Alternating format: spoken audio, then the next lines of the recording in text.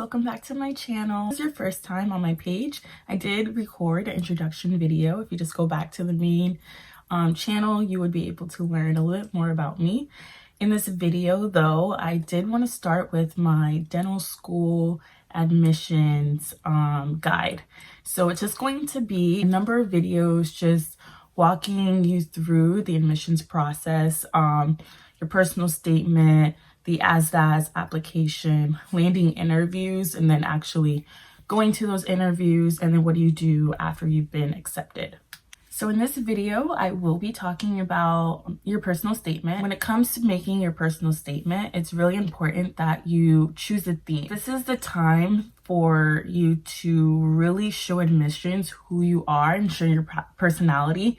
They get thousands of applicants each admissions cycle. So it's very important for you to stand out and to not have just a boring essay, just going, like something that's monotonous, just going, hey, this is where I was born, this is where I grew up, this is where I went to school, this is when I learned that I want to be a dentist, this is the grades that I got. Like, that's just boring. You really want to tie it in a cool way. And I think the best way to do that is with a theme. Personally, I chose the theme of time. I really brought out my theme in my introduction paragraph. I made sure that I started off and laid the groundwork for what I wanted to tie my whole personal statement back to. And then I really talked about how does the actual theme of time tie into why dentistry is something that I found interesting, etc., etc. So I'm just going to I'm going to give you guys the first sentence of my personal statement, and then that last sentence, sorry, got a message. I'm going to go from that first sentence of my personal statement and then that last sentence of the introduction paragraph, just so you guys get an idea of how I kind of tied it all together. I did use my theme throughout my personal statement, so it wasn't just in my introduction, but it was throughout, and then was also came back at the end. Before I get into what those actual sentences were, I do want to bring you guys back just so you can understand why I chose that theme. I thought it was a very personal theme to choose.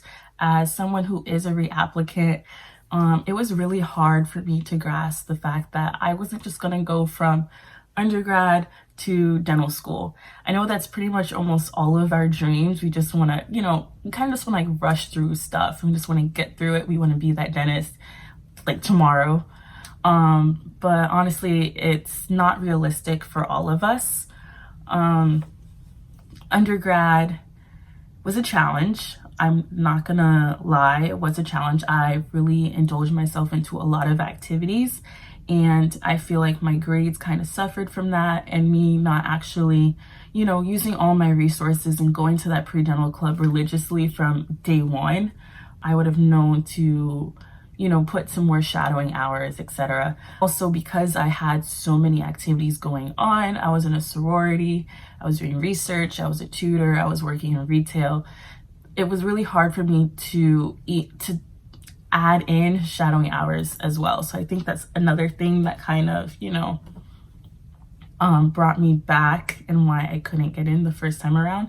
And most importantly though, looking back at it and going back through my last personal statement, there's a lot of things that we can use from that personal statement and just talk about what you shouldn't include.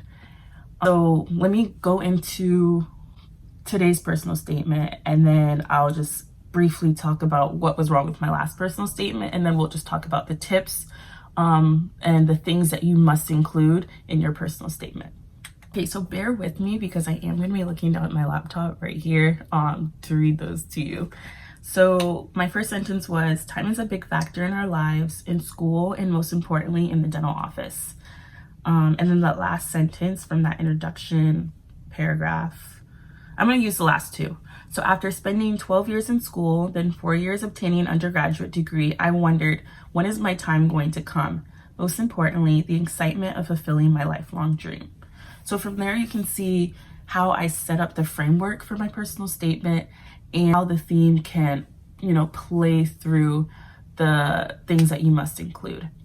Okay, so going back to my personal statement from 2017, when I got to my undergrad, freshman, you just want to hang out with your friends, do everything. And it was really hard to go from high school to undergrad honors classes. And I was a straight A student in high school, got to my undergrad, and I finished my first semester with a 2.6 GPA. So I really held on to that. The fact that I was able to raise my 2.6 GPA to a 3.5 as a senior, I was really, proud of myself, and I had put that in my personal statement. And that is just a big no. If you started with a bad GPA, you do not want to put that in your personal statement. Admissions is just gonna look at that and be like, whoa, like you can't handle dental school. And they're just gonna attach to that. It doesn't matter what else you say in that personal statement. They're just gonna keep going back to like, oh, well, this girl had a 2.6 at some point. She can't handle the hard, and not even hard, but like the heavy course load of dental school. And so if there's anything negative, if you withdrew from a class, if you failed a class, do not put it in your personal statement. They will see it in the rest of your application through like your grade section. So I don't think it's important to highlight that in your personal statement. Your personal statement should be number one, positive. Everything positive that happened to you up until this point, and how you're going to bring that positivity into dental school and rock dental. So the number one thing you must include in your personal statement would be why dentistry.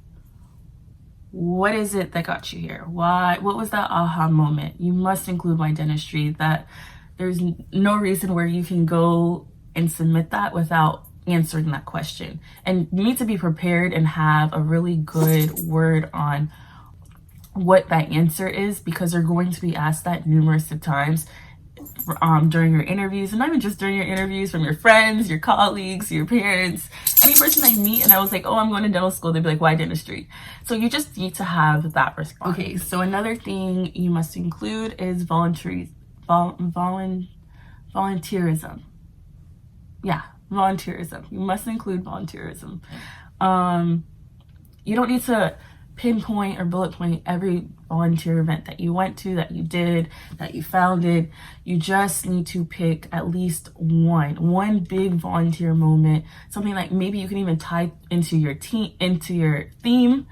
I feel like it would be best if you were able to tie it into your theme, but you make sure you do say something about volunteerism. The next point that I want you to make, or that you should make in your personal statement, would be your undergraduate success. So if you did get a 4.0 in undergrad, or you got a really high grade in this one class and you were able to tutor off of that, high grade, make sure you do include that in your personal statement. Like I said before, you want to be positive. So anything positive from your undergrad experience, you need to include there. Another thing that you can include would be your DAT. Although I don't think it's as important as the others, but if you did get a really good DAT score, you can just throw that in there. I had an average score of a 19, so I didn't input it into my personal statement, but it didn't hurt me. It didn't do anything, so you don't have to. But if you did do really well on your DAT, despite whatever, put that in your personal statement. Research is another really great point to make in your personal statement. Make sure you write your title of your research, a brief message of what your research was about. And if your research was published, please write your personal statement. That's amazing for admissions to hear that you are a published writer. Your research from undergrad, or if it was during a summer program, or if it was through your master's, make sure you input that. It's really great for them to see. Going back from that master's, if you did get a master's, make sure you write about your master's. And also, if you're a reapplicant and you got your master's, make sure you are writing about your master's program. Why did you go through the master's program? What did the master's program teach you? What are you going to take from the master's program into dental school? Like, you must, if you're any of those, people I just named, make sure you're writing that in your personal statement. As well as if you're a non-traditional applicant, say you came from pre-med, or you actually were in med school, or you were a pharmacist before, make sure you write about that and explain why you believe that dentistry is the perfect fit for you now, how did you get there, etc. I just want to really stress that you stray away from a sob story. Do not put any negativity in your personal statement. I just want to keep expressing that to you. Make sure your personal statement is positive. I'm just going to run back through a quick list of all the points that I did say. So I did say why dentistry, your undergraduate success, your DAT scores, your research, volunteering, masters if you did a master's, or if you're non-traditional, you know, why did you choose dentistry after going through that non-traditional route.